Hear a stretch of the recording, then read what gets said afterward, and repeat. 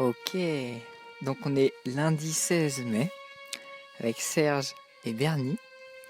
On a un petit micro avec deux objets tout à fait sympas sur la table. Je vais mettre le micro au milieu et la première personne qui a envie de se saisir pour répondre est le bienvenu. Est-ce que vous pouvez nous dire où est-ce qu'on est ?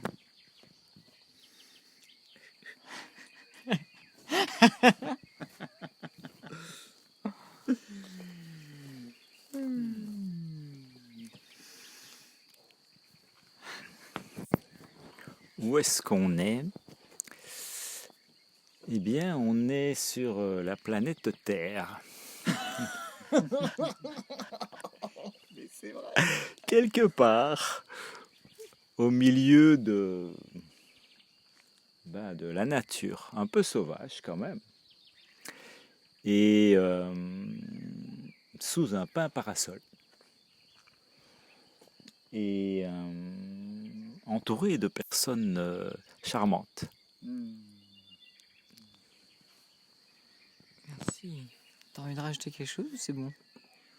Ouais, je trouve ça parfait. Super.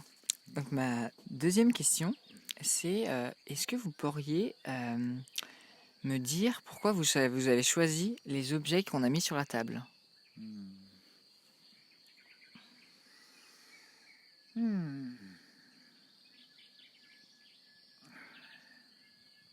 Ok.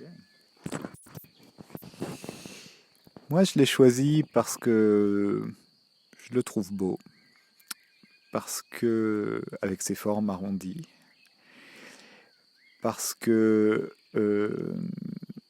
ça me rappelle mon amour de la création et de l'art. Et puis, c'est assez amusant parce que il a un nom, cet objet, il s'appelle le Motu, M-O-T-U. Et c'est le nom de ce modèle, et en fait, je crois que ça veut dire île en polynésien, il me semble, comme les Tuamotu. Voilà. Ok. Et donc, je ne l'ai pas choisi pour ça, mais je me dis, tiens, et c'est peut-être lui qui m'a choisi pour ça, parce que j'aime bien cette notion d'isolement. De, ça me parle de souveraineté, de cultiver son chez-soi. Et puis, le luthier qui l'a fabriqué, il s'appelle Sylvain Anjoubeau. Et Sylvain, ça me parle de forêt. Et Anjoubeau, ça me parle de comment est-ce qu'on joue bellement avec ce qui est à notre disposition. Voilà. Merci. Merci Serge. Petite précision. Donc pour ceux qui nous écoutent qui n'ont pas d'œil, il s'agit d'un magnifique ukulélé extraordinaire.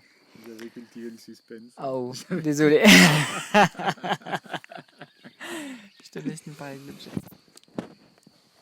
Alors, moi, j'ai choisi un objet assez particulier qui a contribué à mon plaisir aujourd'hui de prendre ma première douche sur le terrain. Alors, c'est un objet pas tout à fait naturel, mais qui me rappelle que parfois la technologie ou les matières, je dirais, qui sont un peu artificielles, peuvent procurer quand même beaucoup de plaisir. Et donc il s'agit d'un joint, d'un raccord de tuyau d'arrosage. Merci, Vernis. Ok. Question suivante, pareil, je vais mettre le micro au milieu et je vous laisse vous saisir. Est-ce que vous pouvez nous présenter la personne qui est en face de vous et nous partager ce que vous préférez chez cette personne ?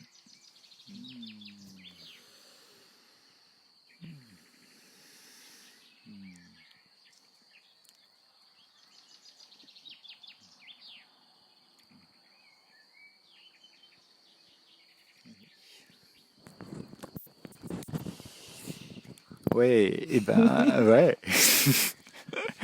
Et ben, j'ai envie de vous présenter Bernie, qui est en face de moi, et qui est un être qui est capable de reconnaître la beauté des choses et de s'en enthousiasmer, et de se donner les moyens de, de faire aboutir les désirs que lui inspire son enthousiasme. Et j'honore ça chez lui. Euh, c'est un être aussi curieux de beaucoup de choses, qui peut ouais, se, s'enflammer et s'enthousiasmer, avoir le désir que les choses aboutissent. Et qui a la passion, quand il voit quelque chose de précieux, de le transmettre.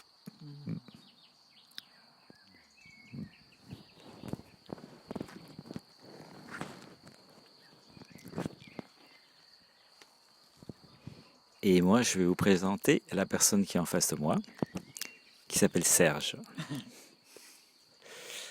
Et Serge, c'est quelqu'un que j'ai rencontré il y a quelques années, pas longtemps, et avec laquelle j'ai senti directement des attirances, d'envie de le découvrir, de me relier à lui, de me connecter à lui.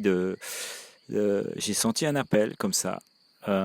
Et donc, je n'ai pas été déçu parce que en, en venant à sa rencontre, progressivement, j'ai découvert une personne très sensible, une personne très à l'écoute de ce qui se passe autour d'elle, et une personne qui a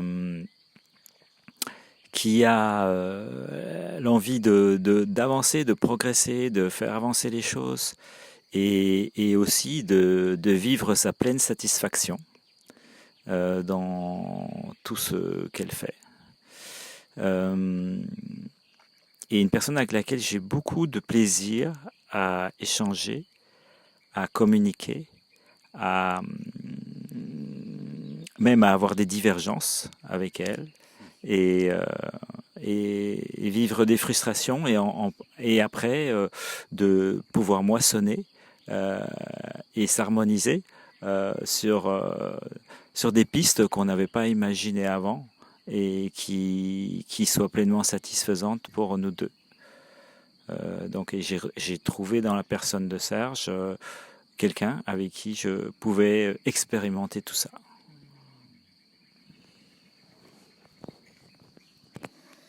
Merci. Est-ce que vous avez envie de faire des bonifications par rapport à vous-même, présenter qui vous êtes, ou vous sentez que ça c'est bon? Des bonifications.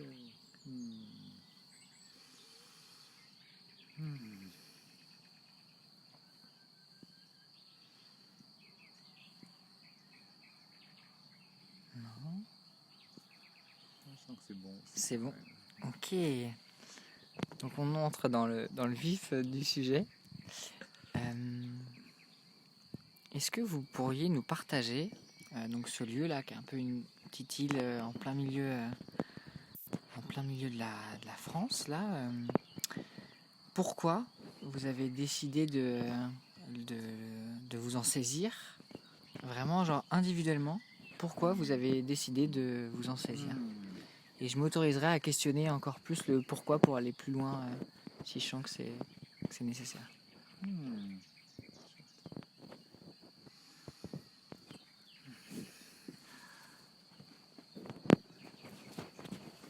Alors, je pense que ce terrain-ci, pour moi, c'est un mélange de plusieurs intentions qui se sont rejointes.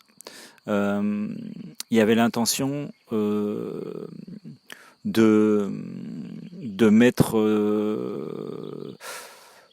une partie de mes investissements dans de la terre, Donc il y avait au départ ce désir de ne pas laisser de l'argent à la banque et de pouvoir la mettre dans de la terre, dans quelque chose de vivant et qui puisse qui puisse en fait être permettre de préserver la nature et empêcher que la société d'aujourd'hui s'en accapare et détruise éventuellement ce petit coin de paradis. Et puis après ça, conjointement, il y avait l'intention, la relation avec Serge, qui a fait que j'avais envie de faire ça en équipe et pas faire ça seul, ce projet. Et du coup, la rencontre avec Serge est tombée au même moment. Et du coup, j'ai l'intention qui était là, c'était aussi par la découverte de la culture du désir et par mes compétences en permaculture, c'était essayer de voir comment on pouvait développer ces deux voies-là et expérimenter sur un même terrain. Et donc le faire avec quelqu'un d'autre. Et en l'occurrence, c'était Serge qui s'est présenté à moi et qui était l'opportunité pour faire ces expériences ici. Voilà. Et est-ce que tu saurais me dire pourquoi c'est plus joyeux pour toi de le faire avec quelqu'un que tout seul? Alors, ce que je ressens aujourd'hui dans la société, c'est que si on veut changer de paradigme, si on veut faire un nouveau monde, on ne peut pas le faire tout seul. Et donc pour moi, une manière d'opérer des changements, c'est de travailler en réseau et de travailler collectivement et de se rassembler autour de compétences diverses et d'essayer de nous servir dans un mélange de compétences qu'on aurait chacun, de manière à devenir autonome au sein d'un groupe, et que ce groupe soit autonome et ne pas devoir recourir à des services qui ne répondent plus à mes valeurs aujourd'hui dans la société. Et donc, du coup, le regroupement, donc ici avec Serge, et ça va au-delà de ce lieu, c'est-à-dire que c'est des liens aussi qu'on tisse avec des personnes qui ne sont pas forcément sur le lieu, mais on le fait ensemble déjà, donc on se soutient l'un l'autre. Quand il y en a un qui n'est pas là, il y a l'autre qui peut être là, et puis on a une certaine diversité de compétences et de points de vue, et ça amène de la richesse dans notre relation, plutôt que d'être tout seul. Et donc aussi, on tisse des liens avec ce qui est autour localement, ça c'est en train de se passer, mais aussi avec des personnes avec lesquelles on a des affinités particulières. Trop bien. Ouais, merci. Donc vraiment aussi pour opérer un changement, quoi, plus facilement, quoi. Merci. Ok. Donc moi, pourquoi? Ouais. Donc subjectivement, pour moi, pendant le confinement, j'ai retrouvé le goût de la nature. Alors, en ayant la chance d'être confiné sur un grand terrain et finalement d'y habiter dans un habitat précaire. Voilà, mais ça m'a beaucoup touché en fait. J'ai découvert Homme des Bois. Voilà. Serge Desbois. Ouais, Serge Desbois. Et j'ai eu une envie de partager ça avec d'autres êtres humains. Et là, sur ce terrain-là, c'était pas forcément propice. Ou en tout cas, c'était pas la préférence de mon associé. Voilà. Et j'ai pas voulu passer outre. Parce que je voyais aussi la valeur. C'était un terrain qui avait déjà beaucoup de forêts, qui était très naturel. Et voilà, je voyais bien que déjà ma présence, même si j'étais minimaliste, avait un impact. Et j'avais pas spécialement confiance de pouvoir fonder un collectif humain où on soit vraiment en fusion avec la nature, où qu'on ait ces moyens-là. Moi-même, je sens que j'ai pas forcément ces moyens-là. Donc j'ai... Et puis il faisait froid. En hiver, c'est quand même super froid. Donc je me suis quand même cherché une base solide. Euh, voilà. Il y a un objectif individuel, une base solide au chaud, où je sais où sont mes affaires pour me rassembler. Ça fait c'était une partie de la recherche. Et en même temps, je sentais que j'avais envie. L'idéal, pour moi, c'était quelque chose de plusieurs habitats individuels avec du collectif et, euh, et une manière de vivre ensemble qui fait que plutôt que d'avoir chacun son lotissement, qu'on se dise, bon, il y a mon individuel qui est ma cellule, qui est le plus petit possible finalement. Et puis après, tout le reste, c'est à 100% chez moi, mais c'est à 100% chez Bernie et c'est à 100% chez chacune des personnes, chacun des habitants qui viendraient là. C'est-à-dire que au lieu de résoudre la question des différents potentiels, des potentiels des différents qu'on peut rencontrer, au lieu de résoudre cette question en mettant des barricades, de résoudre la question par les liens de confiance et l'entraide, de faire en sorte que si on est là sur 2 hectares, et ben qu'il y a 2 hectares qui sont à Bernie et 2 hectares qui sont à moi. Et s'il y a une autre personne, elle aura 2 hectares aussi, en fait. Voilà. Tout simplement parce qu'on arrive à s'arranger et que j'ai pas besoin de 2 hectares en permanence, quoi. Enfin, voilà. Donc j'ai envie d'expérimenter ça. Voilà. Et tu saurais voir pourquoi vraiment tu as envie d'expérimenter ça? Le fait d'avoir le minimum de cellules individuelles et de partager et de cultiver les liens de confiance avec les autres pour vivre la pleine satisfaction. Tu arriverais à voir pourquoi tu souhaites ça?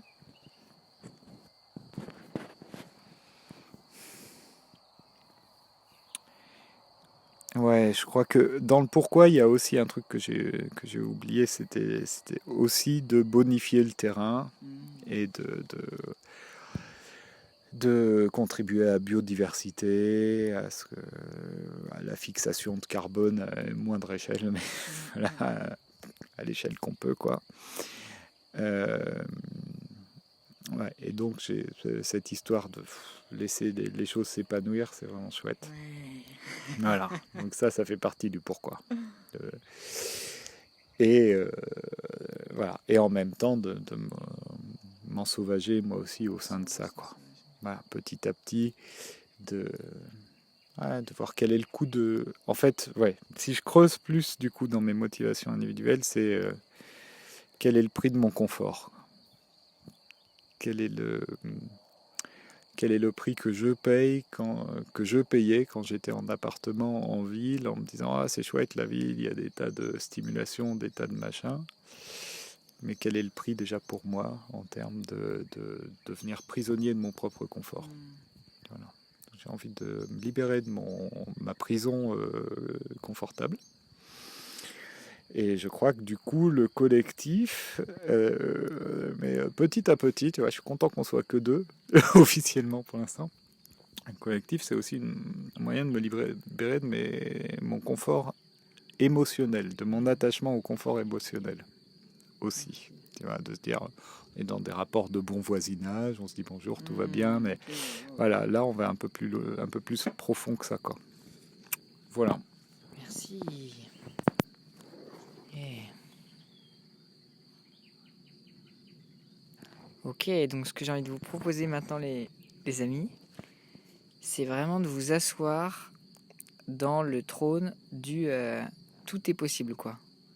Genre, il n'y a aucune limite à ce qui peut se manifester, à ce qu'on peut manifester. Vraiment, de vous asseoir bien comme il faut dedans, grosse racine dans le tout est possible. De vraiment le sentir.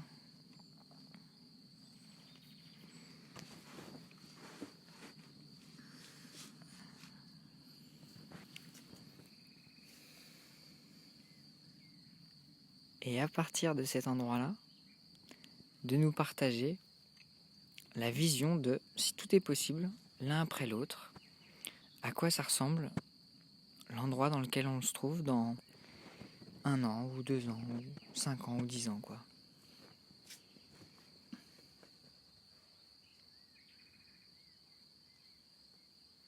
De laisser venir les images, les sons, tout ça.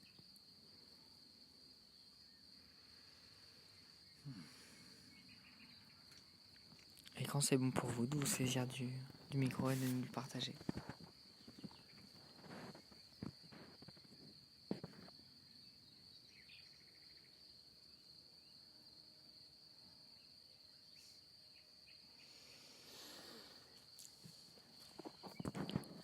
Je me lance.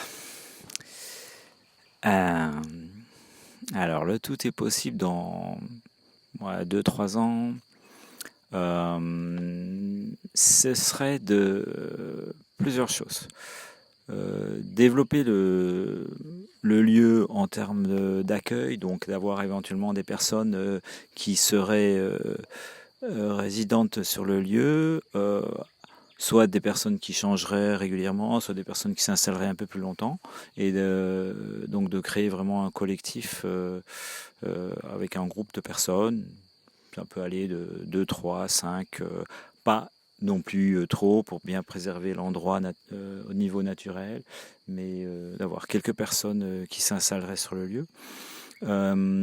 Et aussi, ce serait de pouvoir organiser régulièrement des formations ici, ou des résidences, des stages, des échanges, des expérimentations autour de Permalove, qui est donc la rencontre de la permaculture humaine et de la culture du désir, quelque part, selon notre manière de la comprendre, aussi bien l'un que l'autre, ou l'une que l'autre. Et voilà, et de continuer aussi à faire vivre le lieu, et en gardant une partie, je dirais, sur laquelle on n'intervient pas trop, comme les haies et des choses comme ça, essayer de faire agrandir la zone naturelle, qui est le berceau de la biodiversité, et en même temps de développer des habitats légers pour que les personnes puissent y vivre, et d'avoir voilà, un minimum d'infrastructures légères, démontables, pour accueillir nos activités et nos résidences. Voilà. Bon, ça, ce serait cool. Merci beaucoup, Bernie.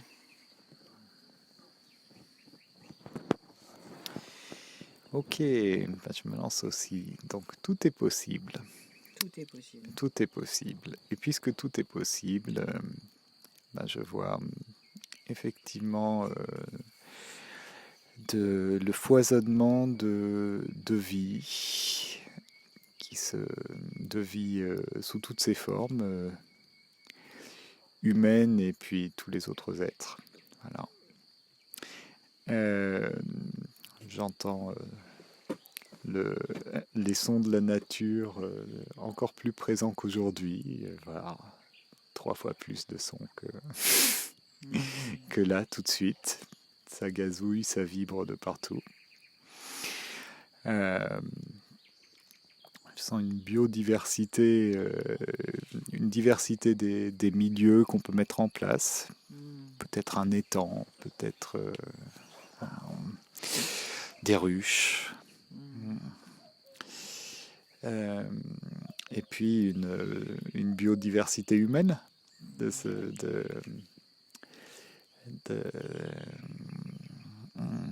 s'associer avec des êtres humains divers, chacun avec son talent, chacun avec ses aspirations, chacun avec son mode de vie aussi. C'est pour ça que j'aime bien l'idée qu'il y ait des personnes plus en permanence, des personnes plus de passage. Puisque tout est possible, je vois ça au sein d'un réseau, avec des liens de confiance aussi entre les personnes du réseau. Et puis, selon les liens de confiance, il y a des personnes, quand elles viennent, les portes sont grandes ouvertes. Voilà, tout simplement. Je vois. Dans le tout est possible. Dans le tout est possible, je circulerai bien à cheval. Voilà. Yeah, man. Accru. Ah ouais, c'est Voilà. bon ça. Ouais, ouais, ouais, carrément. Je vois un jardin aussi. On parlait je sais plus comment on avait appelé ça. Pas forêt nourricière, mais forêt. Je sais plus exactement. Voilà, une forêt des délices. Euh, qui nous permettent d'avoir une certaine autonomie alimentaire. Voilà. Et quand tout est possible, de le faire avec des espèces qui ne demandent pas forcément d'apport extérieur, mais qui se reproduisent. Voilà. Euh, une autonomie énergétique aussi. Et puis, pour prendre pleinement en compte le fait qu'on est dans une époque de transition, eh ben, j'imagine un modèle où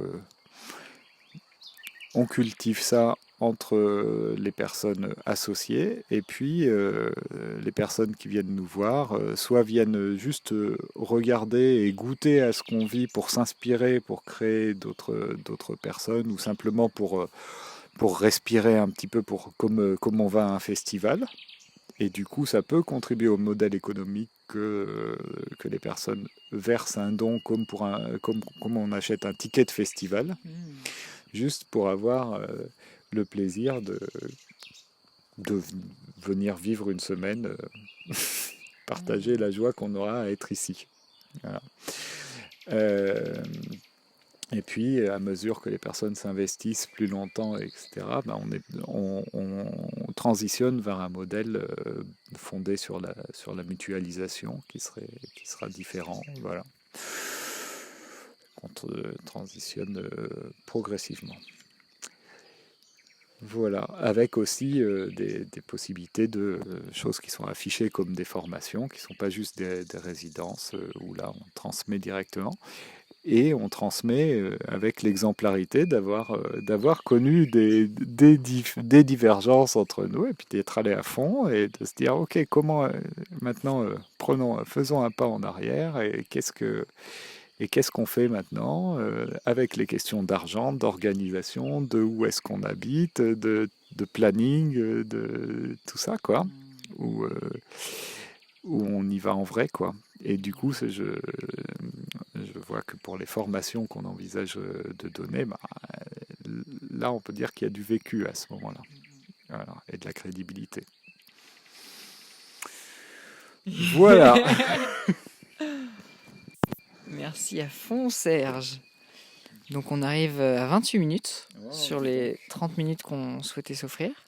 Et ça me donne pile poil la place pour poser ma dernière et ultime question. J'aurais bien envie là de moissonner ce que j'ai retenu de votre vision qui était fantastique. Donc je garderai juste l'image de Serge sur un cheval blanc. Et aussi si l'idée de Permalove, quoi, qui est vraiment le mélange de la culture du désir et de la permaculture, où je me suis dit, ah mais ouais, ok, carrément, je capte un peu mieux, plus en profondeur. Et du coup, ma dernière question, c'est un peu une question rituelle quand je fais un entretien, c'est que je vais adapter à ce qu'on fait là, c'est si ce lieu était un plat, était un plat à manger, ça serait quoi? Et je veux bien que l'un fasse peut-être l'entrée ou le dessert et l'autre fasse peut-être le plat. Et je mets le micro au milieu. Ok,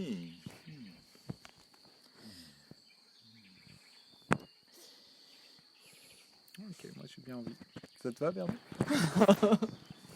Comment tu me laisses le dessert, ça? Ouais, j'ai envie d'une entrée. Ouais, j'ai envie d'une entrée, d'une grande salade. Et genre, dans un saladier par personne. Une salade généreuse. Avec. Là, c'est Gargantua qui arrive. Voilà. Avec un panachage de diverses couleurs, de diverses textures, de diverses saveurs, de diverses manières de préparer. Donc je vois bien beaucoup de salades, laitue, mais déjà un mesclin de salades, en fait, plusieurs variétés, des tomates, mais des tomates patrimoniales, et puis des tas de légumes patrimoniaux avec lesquels on n'est pas forcément familier. Euh, et puis du sucré salé, donc des petits oignons un peu caramélisés, des pommes de terre sautées, revenues aux fines herbes. Voilà. Et peut-être un petit peu de fromage de chèvre. Voilà, je la vois très bien et c'est d'autant plus savoureux que je sors d'un jour de jeûne. Je salive en vous en parlant. Voilà. Merci Serge. Alors ensuite nous passerons au dessert. Et au dessert, moi je vois bien un clafoutis de fruits du jardin. Oh. Voilà, avec une petite pointe de crème fraîche. Ok. Voilà. Merci Serge et Bernie. Et puis, est-ce que vous avez un dernier mot à dire ou est-ce qu'on est bon là? Moi j'aimerais bien donner la parole aux oiseaux pour terminer. Eh bien, nous donnons la parole aux oiseaux. Merci d'avoir écouté et puis bonnes aventures.